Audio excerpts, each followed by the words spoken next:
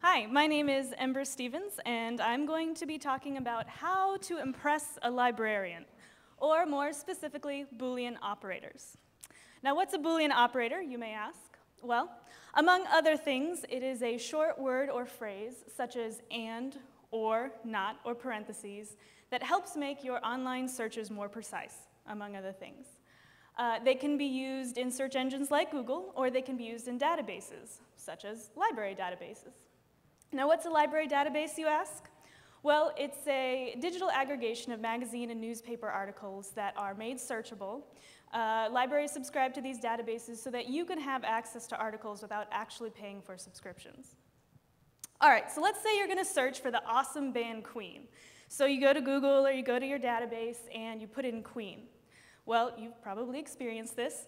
You get back tons of results, most of which have nothing to do with your original search.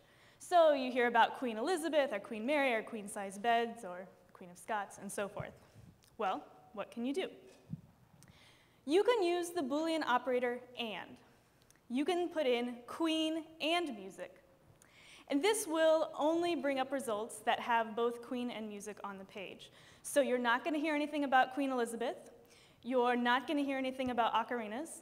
You're just going to hear about pages like Queen's band page, their Wikipedia page, maybe some of their music videos. Now, in Google, you don't actually have to type out the word and. It's just assumed. So again, most of you have probably done this sort of search. Now, let's say you have terrible taste in music, and you're not interested in the band Queen. Well, you can use the Boolean operator not. Queen not music will cut out any of the pages that have to do with music and just leave you with things like Queen Elizabeth or Queen Bees. Now, Google doesn't actually use not. They use the minus sign instead, so be careful of that. The next Boolean operator I'm going to talk about is or. Let's say that you're interested in maybe specific band members. So you can put in Freddie Mercury or Brian May. This will bring up pages that have to do with either one, the other, or both. Now, Google, always doing its own thing, or you can use the vertical line button that's just above your enter on your keyboard, or you can actually type out the word or. The catch is it has to be in all caps. The last thing I'm going to talk about is parentheses. You can group multiple Boolean operators together with parentheses. So for example, Queen and music videos or band will get you pages that all mention Queen, but either mention band or music videos or both. The thing with using these parentheses is you have to be careful with them. If you put them in the wrong place, you can get unexpected results. It's just like math. Boolean operators can be built upon each other almost indefinitely. So you can say Queen and music videos or band or rock or power ballads, etc. And you can make some really great searches. I'm going to show you an example of a master search here at the end, but before I do that, there's a few other things that I want to tell you about. First of all, asterisk can stand for any number of letters in a word. So nurse asterisk will find nurse, nurses, or nursing. Biology asterisk will find biology, biological, or biologist.